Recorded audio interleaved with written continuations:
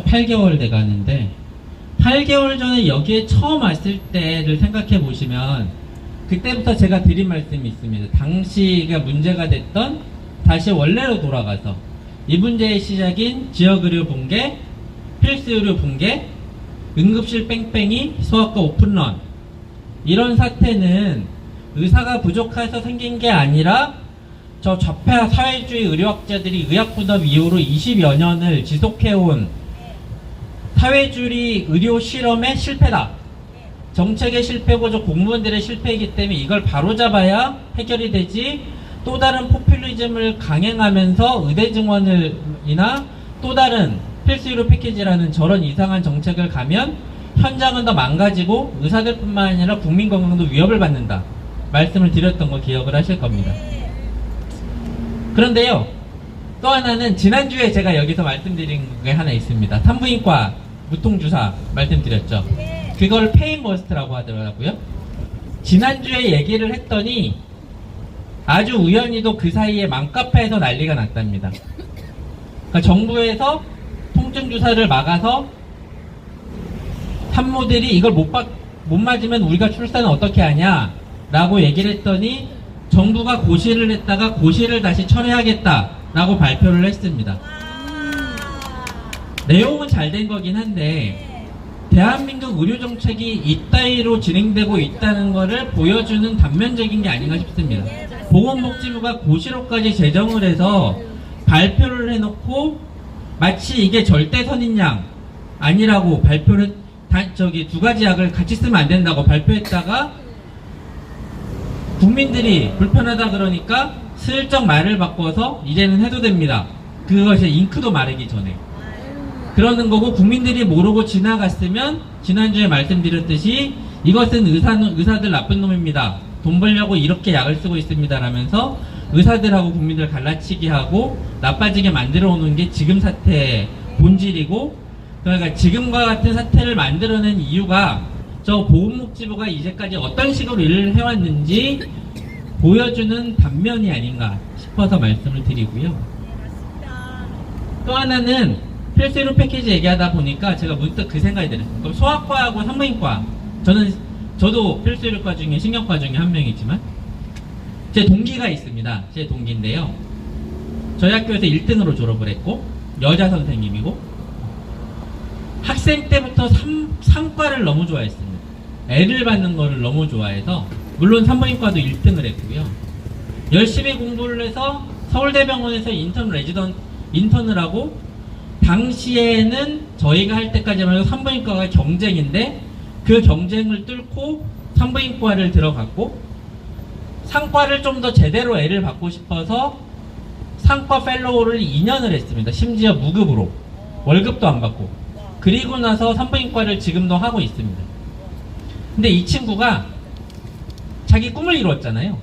자기 꿈을 이루고 하고 싶은 걸 하는 거니까 의대를 들어가서 내가 가장 재미있는 과, 심지어 그것도 필수과를 하고 있는데, 심지어는 저랑 동기니까 40대 중반입니다. 이제 이 친구가 이미 4, 5년 전부터 이제는 무서워서 산부인과를 못하겠답니다. 언제 이거를 그만둘까를 고민하고 있습니다. 환자들도 너무, 그러니까 단순하게 출생률이 떨어져서 매출이 떨어지는 게 아니라 너무 정부의 압박도 심하고 그 사이에 여러 가지 또 무슨 처벌도 있고, 조금만 잘못되면 어쩔 수 없는 문제가 생겨도 처벌을 하고 이러기 때문에 무서워서 본인한테는 그런 일이 아직은 안 닥쳤지만 매일매일 러시안 룰렛을 돌리는 것 같은 삶인 것 같다 그러면서 지금도 일주일에 3일은 집에 못 들어가고 당직 서면서 애를 받고 있는데 언제까지 버틸 수 있을지 모르겠다 라고 고민을 합니다.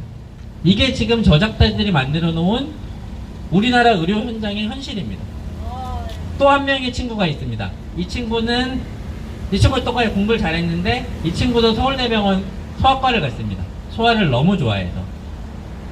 그리고 소아과 펠로우를 또 2년 했습니다. 역시 서울대병원에서. 당시 이 친구도 경쟁을 뚫고 들어갔는데요. 서울에 있는 유수의 대학에서 교수로 오라고 했는데 애를 키우느라고 그런 것들 때문에 개업백기를 선택을 했습니다. 개업을 해서 꽤 잘 됩니다. 경기도 내에서. 그런데 이 친구가 더 이상 소아과를 못 해먹겠다 라고 하면서 올해 일본 국시를 준비하고 있습니다. 이미 작년, 재작년에는 피부로 전향하겠다고 준비를 하다가요. 이젠 더 이상 우리나라에서 못 살겠다라고 하면서 일본어 시험을 보고 일본 국가고시를 준비하고 일본 의사 시험을 준비하고 있습니다. 이게 현실입니다. 그러니까 의대 증원이 답이 아니고 사실은 이런 친구들이 이런 사람들이 사명감을 갖고 더더욱이나 저들이 원하는 소아과 산부인과를 낙수의사를 보내는 게 아니라 학생 때부터 공부를 잘했고 경쟁을 통해서 정말 내가 원하는 소아과 산부인과를 선택한 친구들이, 그리고 그 친구들이 뭐 다른 대학하고 비교해서 그렇지만 그래도 우리나라에서 최고라는 서울대학교 병원에서 인턴 레지던트 트레이닝을 받고 그 중에 펠로우까지 2, 3년 한 친구들이 자기 자리에서 행복하게 진료할 수 있는 환경을 만들어줘야 되는데, 이미 저 작자들이 만들어 나온 것들 때문에 이런 친구들조차 의료 현장을 떠나게 만드는 게 우리나라 의료 현실이었고, 그것 때문에 작년에 문제가 됐던 필수의료 붕괴, 소위, 그리고 응급실 뺑뺑이, 소아과 오픈홀이 생겼던 거랑 그런 말씀 드리는 겁니다. 그런데 그래서 우리 의사들이 얘기하는 거는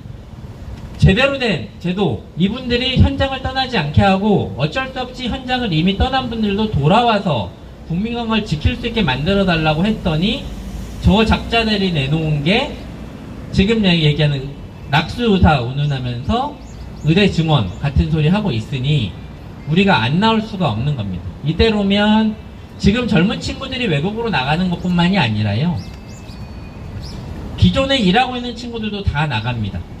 심지어는 최근에는 들으셨을 겁니다. 미국에서 우리나라 전문의 면허를 인정해주겠다고 기사가 나오기 시작했는데 아마 올해 말부터 일부 주를 시작으로 시작이 되고 2, 3년 안에 본격적으로 미국의 한 절반 정도의 주가 우리나라 전문의 자격을 인정해 줄 것 같습니다. 이 기사가 떴더니 저한테 연락이 오는 친구들이 누구냐면요, 대학의 교수님들입니다. 대학병원의 교수님들이, 의대 교수님들께서 본인들은 미국에 가기도 좀 쉽습니다. 이미 네트워크가 있거든요. 학회 가서 만들어 놓은 미국 교수님들 네트워크 이런 게 있기 때문에 그냥 그게 되는 순간 그쪽하고 연을 맺고 미국으로 도망치겠다, 탈출하겠다 라는 이야기까지 하고 있습니다. 그분들이 이제까지 그나마 이 의사들의 희생으로, 그분들의 희생으로 우리나라가 지금 최고 의료 수준이라는 의료 수준을 유지해왔던 건데, 그분들마저 이제 더 이상 못 버티고 떠나게 만드는 게 지금 이 정부의 의료 정책이라는 걸 말씀드리는 것이고, 그래서 저희가 여기에 싸울 수밖에 없다라고 말씀을 드립니다. 그리고 처음에 말씀드린 거 보면 가장 좋은 의사는, 아까 내가 이제 친절도와 실력으로 얘기하면 제일 좋은 의사는 그 누가 보든 친절하고 실력이 있는 의사일 겁니다. 근데 그런 의사는 우리나라에서는 불가능합니다. 하루에 100명, 200명씩 보면서 그 사람들의 목숨을 다루는데 친절하는 게 사실상 어렵습니다. 그리고 그러면 그 다음에는 실력 있는 의사가 좀 그나마 낫죠. 그래서 엄청 욕을 먹더라도, 환자들하고 조금 다투더라도 그나마 배운 대로 버티는 분들이 계십니다. 그런 의사가 있고요. 그럼 두 가지가 있습니다. 실력은 좀 부족한데 친절한 의사와 그 다음에 불친절한 의사. 뭐가 좀 좋을까요? 그 다음에 나쁜 거는 사실은 불친절하고 실력이 없는 의사입니다. 왜냐하면 그 의사에게는 환자가 가지 않습니다. 그렇기 때문에 그 누구에게도 해를 끼칠 일이 없습니다. 그런데 친절하고 실력이 떨어지는 의사가 있으면 환자들을 모르고 믿고 내 몸을 맡기는데 자기도 모르게 내 생명이 망가지고 내 건강이 망가집니다. 그리고 그 의사는 친절을 빌미로 돈을 벌 수가 있습니다. 그게 사실은 그게 의료의 비대칭성이라는 겁니다. 근데 저 정부가 얘기하는 의대 증원 사태로 돌아오면요, 의대 증원을 해서 지역 의사제는 의대 증원을 해서 낙수 의사를 만들겠다는 얘기는 지금 우리가 생각하는 최악의 의사들만 만들어내서 그 사람들한테 국민들은 개돼지 취급을 하면서 죽든 살든 그냥 목숨 맡기고 죽으면 네 팔자지 라고 하라는 거고, 그러다 안 돼서 억울하면 그냥 소송해, 그러면 돈은 받을 수 있을 거야 라는 짓을 하고 있는 겁니다.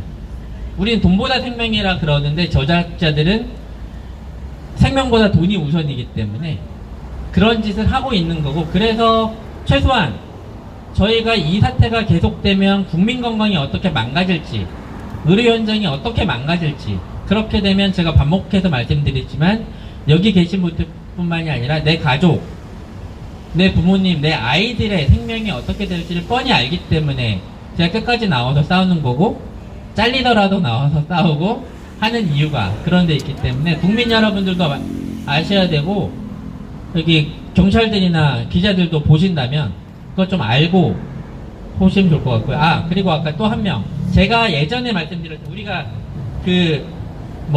이기주의 얘기하잖아요.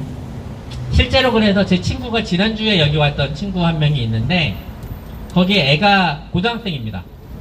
옛날에 회장님께서 저도 얘기했잖아요. 제도 중학생이기 때문에 의대 증원에서 들어가기 좋다라고 하면 적자작들의 그런 표현으로는 애가 의대 들어가기 쉬워지니까 저는 찬성해야지 왜 반대하냐, 당장 의대 증원에도 제가 먹고 사는데 그것도 없는데 왜 하냐 라는 얘기 하셨었잖아요. 그 친구도 그러세요. 그 친구는 오히려 애가 고등학생이고 대치동에서 학원을 다니고 있습니다.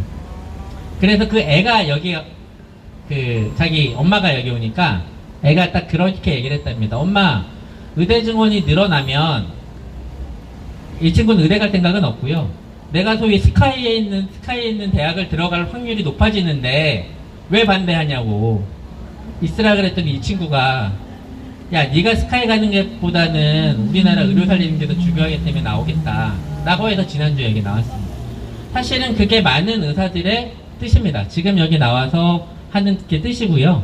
교수님들도 얘기했지만 조금 더 업데이트를 드리면 서울대병원이 다음 주 17일부터 추진한다고 있고, 지금 카톨릭대하고 고대병원은, 삼성병원은 다음 주 18일에 추진을 한다고 합니다. 그리고 우리 의장님 나오신 세브란스 병원은 27일부터 또 무기한 휴진에 들어간답니다. 이 사태가 해결이 안 되면. 그러니까 점점 나오는 게, 그 교수님들도 사실은 제가 지금 얘기 드리는 거랑 크게 다르지 않습니다. 그분들이 의대 증원이 되든 뭐가 되든 본인들의 삶에 크게 영향도 없고, 크게 없지만 그분들이 느끼기에도 우리 정국이 선생님들의 미래 삶뿐만이 아니라 본인들이 평생을 읽어서 지켜온 대한민국 의료제도, 우리나라 의료의 수준이 망가질 게 뻔하고, 그 피해는 단순하게 의사들의 수입이 아니라 내 가족, 내가 본 환자들의 피해로 가기 때문에 끝까지 싸운다는 거 알아주시고, 저희도 끝까지 나와서 열심히 한번 싸워보겠습니다. 네, 감사합니다.